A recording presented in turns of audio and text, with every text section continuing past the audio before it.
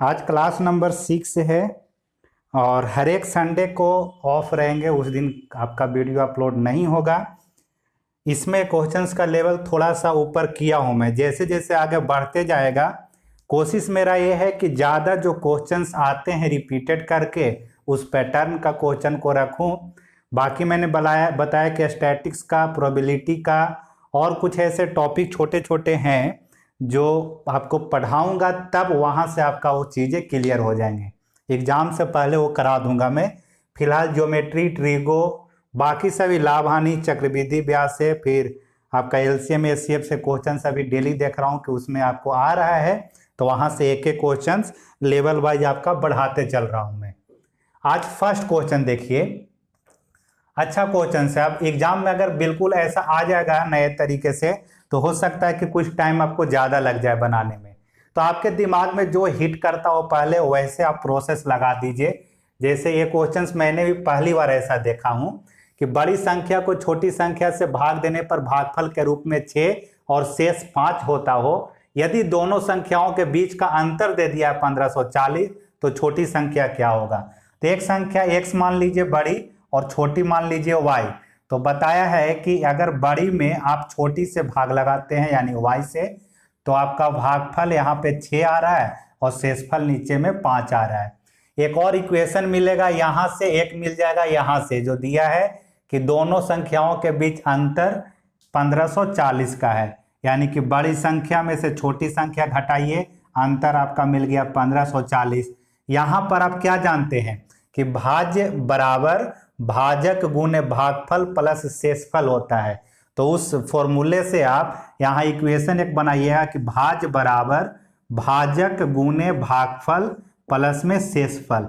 तो इक्वेशन एक मिला यहाँ से x माइनस में y6 is equal to 5। y6 को इधर ले 6y लिखिए इसको अच्छे से, 6y, x minus 6y is equal to 5। क्या लगाया यहाँ पर जानते होंगे, भाज इज इक्वल टू भाजक गुणे भागफल प्लस शेष। ये आपको करना होगा इस पे। ये इक्वेशन मिला, इसी इक्वेशन को यहाँ ले आइए तो x minus 6y is equal to 5 है। ये दोनों इक्वेशन को आप सोल्व कीजिए।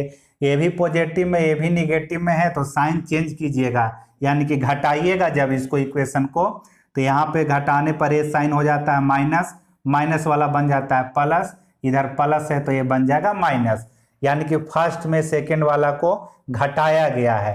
तो घटाने से क्या होगा कि माइनस और प्लस कट जाएगा, x y निगेटिव में और 6y पॉजिटिव में, तो 6y में से y घटाने पर 5y और 1540 में से घटाइएगा तो 1535।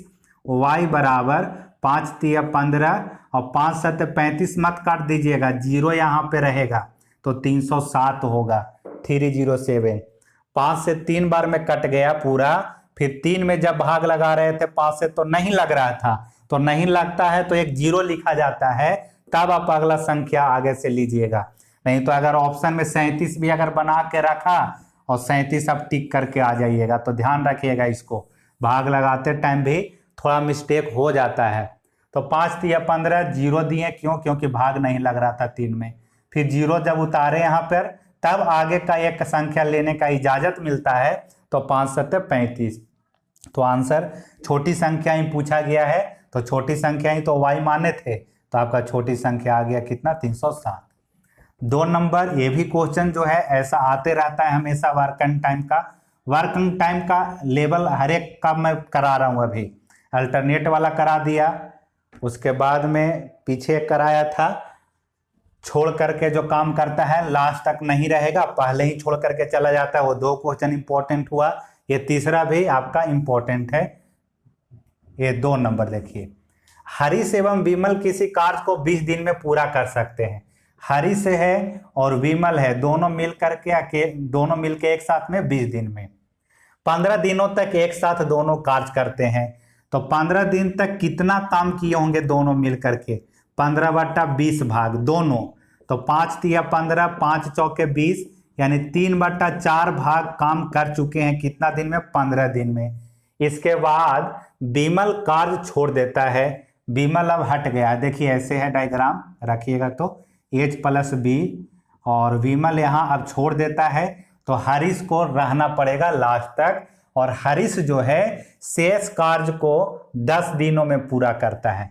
तो 3/4 काम तो हो चुका है यहाँ तक। अब बच गया है कितना, तो 1/4 भाग बच गया, और इसी भाग को हरीश 10 दिन में कर दे रहा है। तो हरीश का पता चल जाएगा, ये हरीश का है। हरीश का 1/4 भाग 10 दिन में, तो एक भाग का मतलब एक काम कितना दिन में करेगा, 10 चौके 40 दिन। तो हरीश का अगर पूछ लेता कि हरीश अकेला कितने दिन में करेगा काम, तो आंसर आ जाता 40 दिन। अब आपसे पूछ रहा है यहाँ पर लास्ट में कि विमल अकेला इस पूरे कार्य के 3/10 भाग को कितने दिन में करेगा। विमल से करवाना है और वो भी 3/10 भाग। तो अगर विमल से अकेले करवाना है काम, तो पता करना होगा कि अकेले पूरा काम वो कितना दिन में कर सकता है। तो अकेले का उसका टाइम कैसे निकालिएगा, आप जानते हैं, बताया हूं मैं पहले कि हरीश प्लस विमल दोनों मिलकर के 20 दिन में, हरीश अकेला पूरा काम को 40 दिन में, तो विमल अकेला कितना दिन में करेगा। तो निकालने का तरीका बताया हूं कि यहाँ पर 20 दूनी 40, 40 से कम 40, 40 ऊपर में आ जाएगा। और जब हटाना हो किसी एक को, तो यहाँ पर 2 में से 1 घटा देंगे, तो 1 आ जाता है नीचे। जब एक साथ करवाना रहता है तो इस पार्ट को जोड़ते थे हम लोग, और जब हटाना हो किसी को तो हटाने के लिए घटाना पड़ता है, तो 2 में से 1 घटेगा तो नीचे 1 बच जाएगा।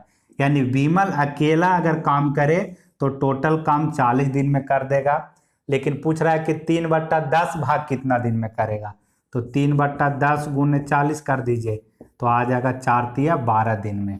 तो अच्छा क्वेश्चन है, कर लीजिएगा इसको।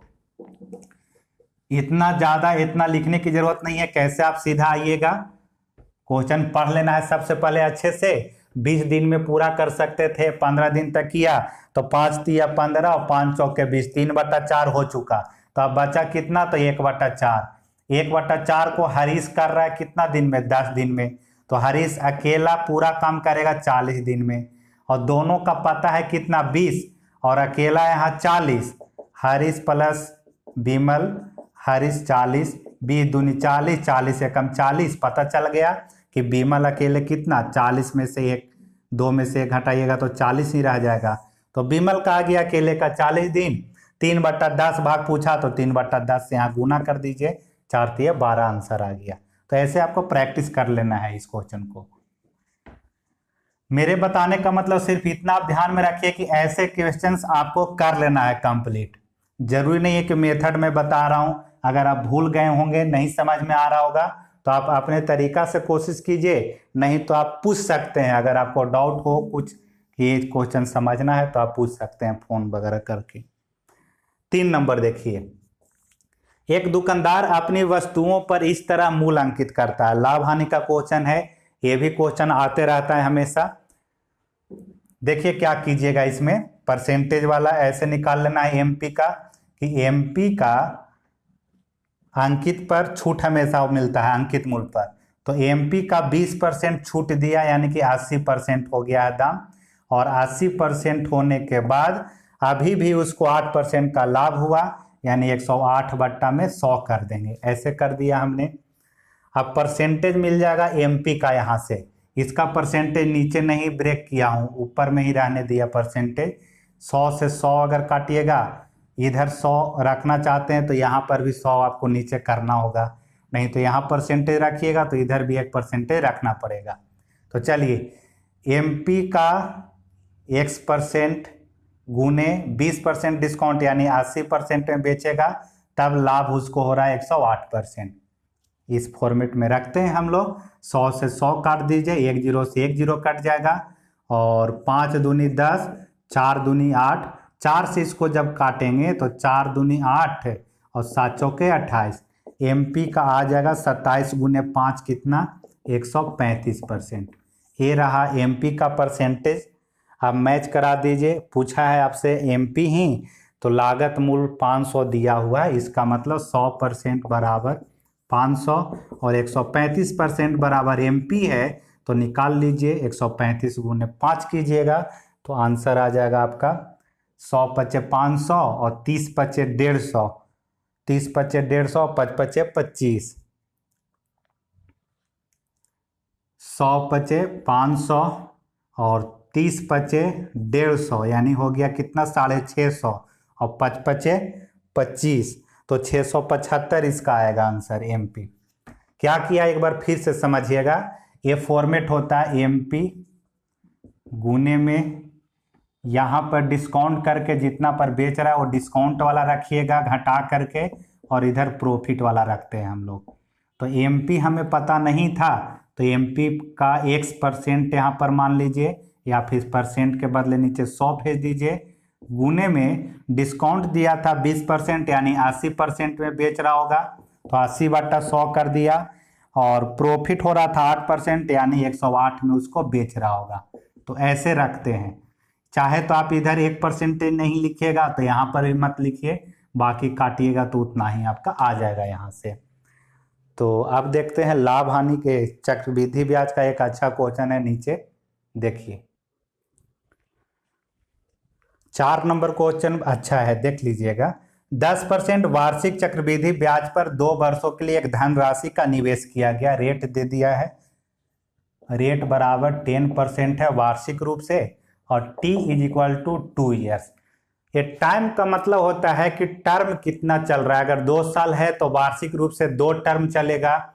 अगर अर्धवार्षिक बोल दिया जाए, अर्धवार्षिक बोलता है तो यही 2 साल बन जाएगा कितना, 6 महीना के टर्म में 4 बार। तो इस कंडीशन में t के बराबर 4 बन जाता है, यानी कि 4 टर्म उसको ब्याज मिलता है। तो बस अर्धवार्षिक बोले, तिमाही बोले, अगर तिमाही बोल देता है तो 1 साल देगा, और तिमाही का मतलब 3-3 महीने पर ब्याज जोड़ा जाएगा। तो यहाँ पर टर्म कितने बार चलेगा ब्याज का, तो 1 2 3 4 हो जाता है, तो टर्म हो जाएगा इतना। और अगर 20% दिया हुआ है रेट उसका वार्षिक रूप से, तो 20% अब बंट जाएगा कितने भाग में, 4 भाग में बंट जाता है। तो 20 को 4 भाग में बांटिएगा तो 5-5% बन जाएगा हर एक 3-3 महीना पर। तो यही होता है तिमाही और अर्धवार्षिक अगर बोलेगा तो आगे फिर बोला कि यदि ब्याज की अर्धवार्षिक गणना की जाए तो इससे 1762 रुपये अधिक ब्याज प्राप्त होगा। यहाँ पर जब वार्षिक हो रहा था तो कुछ ब्याज मिला होगा, लेकिन अर्धवार्षिक वाले में ज्यादा मिलता है ब्याज, वार्षिक वाले के तुलना में अर्धवार्षिक करने पर ज्यादा मिलेगा, सेम रेट रहने के बावजूद। यहाँ तो क्या होगा सेकेंड कंडीशन में कि रेट बन जाएगा आपका अर्धवार्षिक वाला 5, यानी वार्षिक था 10, 1 साल में 10, तो 6 महीने में 5-5 करके देगा उसको। और टर्म कितना बन जाएगा, टी का मतलब टर्म समझिए, तो यहाँ पर वार्षिक था तो 2 टर्म, अर्धवार्षिक है तो यही 2 साल बन जाएगा 4 टर्म में, तो 4 टर्म हो जाएगा, 4 बार ब्याज मिलेगा।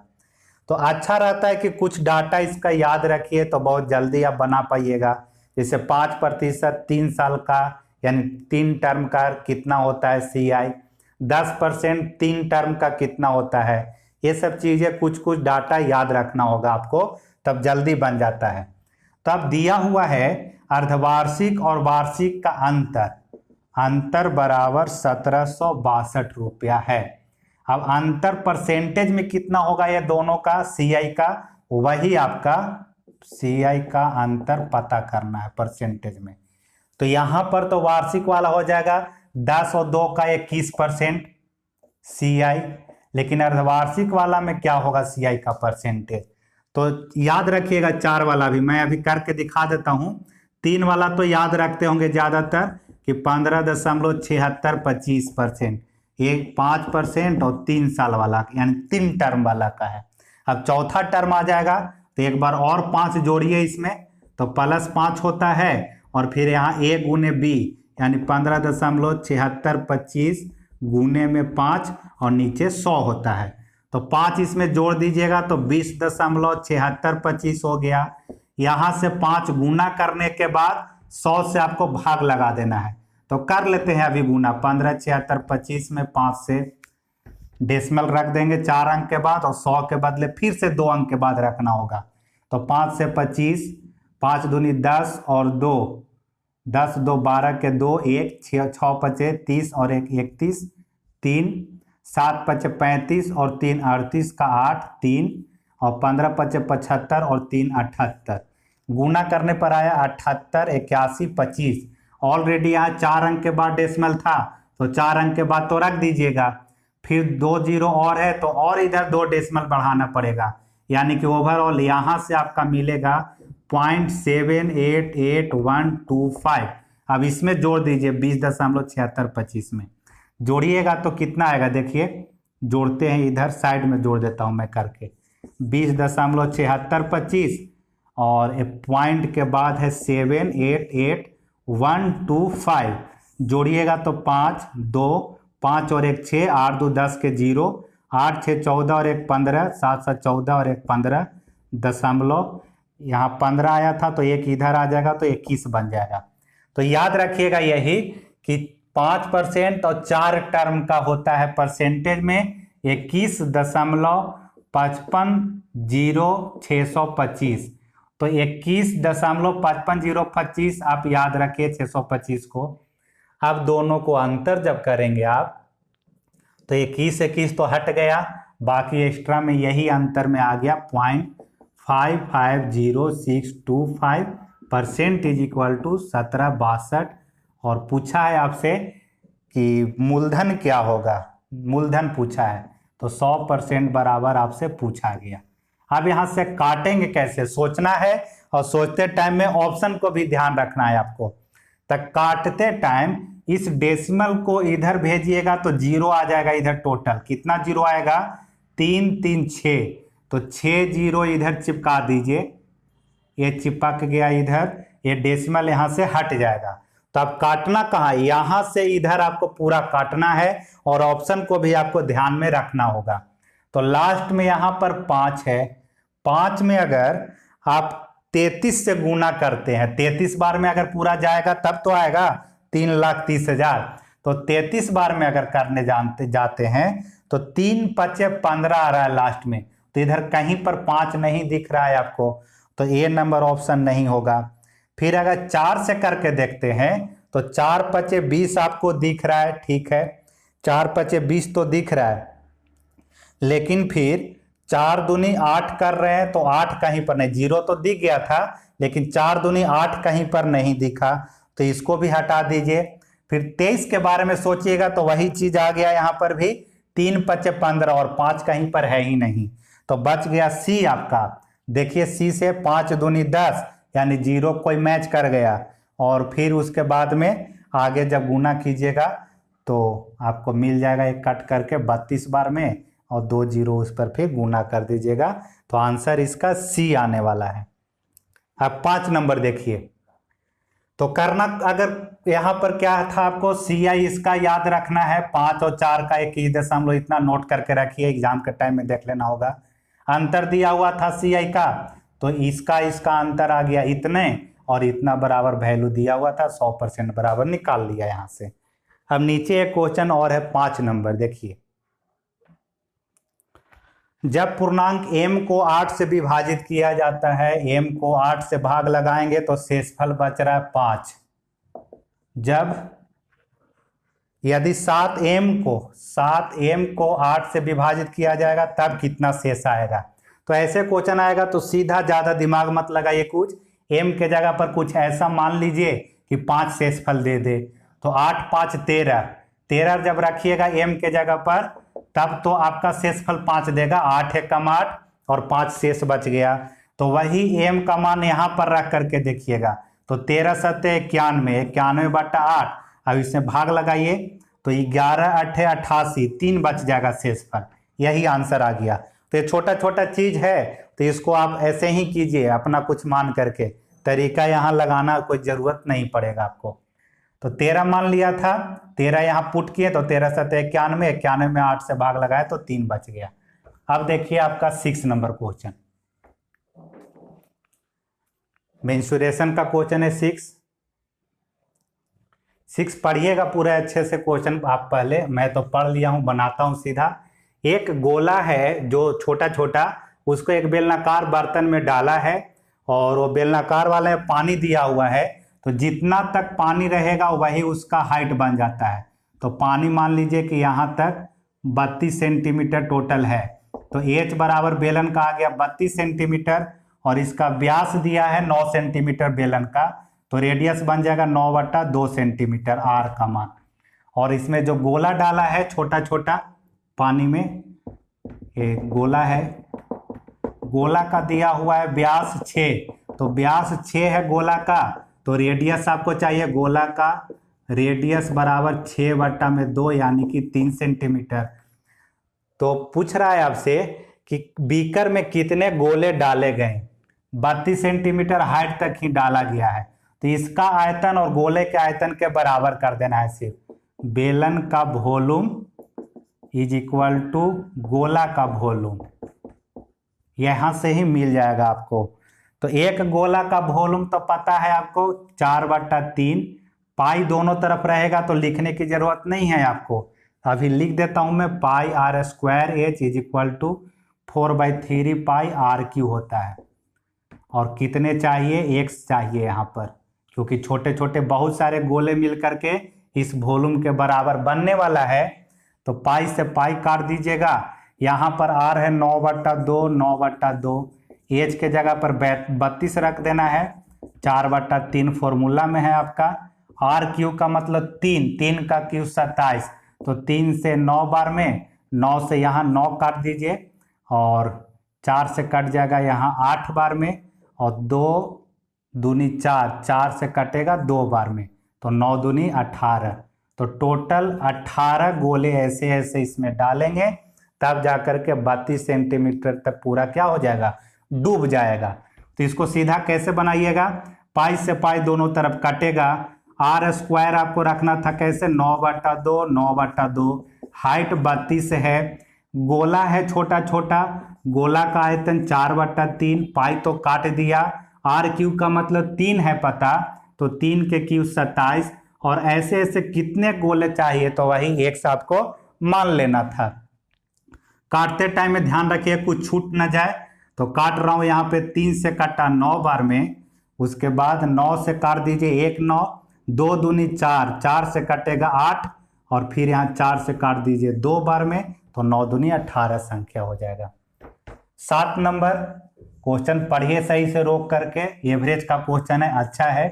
11 सदस्यों की एक क्रिकेट टीम के कप्तान की आयु 35 वर्ष है, कप्तान का बोल दिया 35 वर्ष, और विकेट कीपर की आयु कप्तान की आयु से 5 वर्ष अधिक है, यानी 11 में से 2 लोगों का तो पता चल गया है, लेकिन 11 का औसत नहीं दिया, तो x मान लीजिएगा।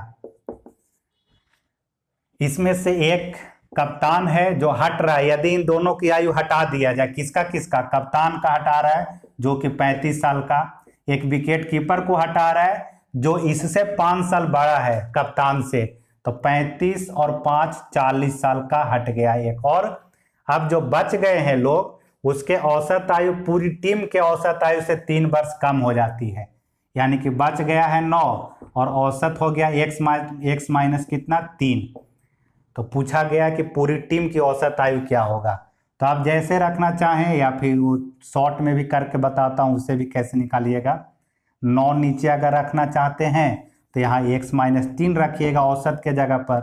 9 पूरा कैसे होगा, तो 11 में से ये दोनों को हटा देना है, तो हटेगा 35 वाला h का और 40 वाला h का, यहाँ क्रॉस गुना कीजिए, 9x माइनस 27 बराबर 11x माइनस 70, 11 70 को इधर ले आइएगा तो पॉजिटिव में 70 माइनस 27 बराबर 11, 9 घट करके इधर आ जाएगा 2x, 70 में से 27 घटाइए तो 3, और 6 में से 2 जाएगा 27 है ना, 9 3 27, 75 होगा, 40 और 35 75 यहाँ पर है, 75 में से 27 घटाइए तो 15 में से 7 जाएगा 8, 6 में से 2 जाएगा 4, 2x बराबर 48, तो x का मान 24 आ गया, यानी कि x माने थे 11 का, यही आपका औसत रहा। अगर शॉर्ट में आप बनाए हुए रहिएगा प्रैक्टिस करके तो कैसे कर पाइएगा कि ये दोनों हटा है 40 और 35 यानी 75 वाले का, लेकिन एक्चुअल में कमी कितना हुआ है टोटल, तो 9 3 27, 27 की कमी हो रही है, तो दोनों के बीच कितना का फर्क कितना पड़ रहा है, तो फर्क पड़ रहा है यहाँ पर 48 का। कितने लोगों पर? तो 2 लोगों पर, यानी हर एक का 24 था, इसलिए ऐसे इतना का फर्क पड़ा। तो 48 में 2 से भाग दीजिए, सीधा 24। तो ये चीजें हो सकता है कि आपको दिक्कत करे एग्जाम में, तो इतना सिर्फ आकर के कर लीजिए कैलकुलेशन 2 लाइन, सीधा एग्जैक्ट आंसर आपको मिल जाएगा। 8 नंबर चक्रीय समलंब चतुर्भुज। चक्रीय बोलते हैं जो वृत्त में चतुर्भुज बनाया जाए। तो 2 चीजें बोल दिया, एक तो चक्रीय है और समलंब बोला है। तो समलंब में एक जो होता है समानांतर आमने सामने की भुजा मिलेगी, और एक दूसरा जो होता है वो असमानांतर होता है। तो पी क्यू आर एस बना लेना है, और बोला है पी क्यू एवं आर एस समांतर है और भुजा पी क्यू व्यास रखना होगा। तो व्यास रखने के लिए बोला तो सेंटर से आपको पी क्यू को गुजारना होगा, आर एस आपका नीचे हो जाएगा ऐसे, यही आपका चतुर्भुज बन गया समलंब चतुर्भुज। ये वाला दोनों आपस में समानांतर बोल दिया। ऐसा है यदि क्यू पी आर का मान 40 डिग्री, क्यू पी आर का मान 40 डिग्री है, P Q R S, R इधर रखना पड़ेगा। जब भी लिखेंगे ऐसा साइक्लिक रेक्टेंगल में तो आपको नाम जो है कंटिन्यू करके लिखना पड़ेगा, पी क्यू आर एस है तो ऐसे करके। तो एंगल दिया है किसका? क्यू पी आर का मान यहाँ पर 40 डिग्री है। पूछ रहा है आपसे पी एस आर का, पी एस आर इसका मान पूछा है। तो जो जो चीजें इंफॉर्मेशन रहता है उसी पर आधारित आपको बनाना है। एक तो चक्रीय है उसका यूज कीजिए, तो चक्रीय का यूज कीजिएगा। तो ये तो चक्रीय में आमने सामने टोटल 180 डिग्री होता है। फिर इसको व्यास बोला है, तो व्यास द्वारा इधर परिधि पर बना कोण 90 डिग्री होता है। तो 40 यहाँ पर 90। अब देखिए 9 4 13, तो डायरेक्ट आप यहाँ पर 130 भी बोल सकते हैं। क्यों? क्योंकि 9 4 13 तो यहाँ हो जाएगा इस ट्रायंगल में 50, और 50 तो यहाँ पर हो जाएगा 130, आमने सामने का 180 डिग्री हो जाता है। तो आंसर 130। तो व्यास वाला यूज किया और चक्रीय वाला से भी यूज किया, दोनों से आंसर आ गया आपका। 9 number question tan theta plus cot theta बराबर 5 है, तो tan square plus cot square theta plus 2 tan square 60 degree का मान पूछा है। तो इसको दोनों तरफ स्क्वायर जब कीजिएगा, ये जो दिया हुआ है तो ये बनेगा tan square theta plus cot square theta plus 2 tan into cot बराबर में 25, और tan इंटू cot बन करके 1 हो जाता है।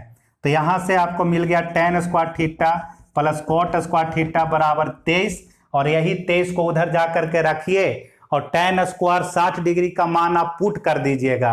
√3/2 जब कीजिएगा तो कितना आ जाएगा? 23 प्लस में 2 गुने में √3/2 नहीं, 60 का होता है √3, तो √3 का स्क्वायर करने पर आ जाएगा आपका 3। तो 3 दूनी 6 जोड़िए तो यही 29 आपका आंसर आ जाएगा। 10 नंबर आपको बताना रह गया, वो बताएंगे। 10 नंबर क्वेश्चन अच्छा है, आप लोग एक बार ट्राई कर लीजिएगा। क्या कीजिएगा? 288 में जो 16 है उससे भाग लगाइएगा, और वहां से आपको युग्म बनाना होगा, जोड़ा बनाना पड़ेगा। देखिएगा ट्राई करके।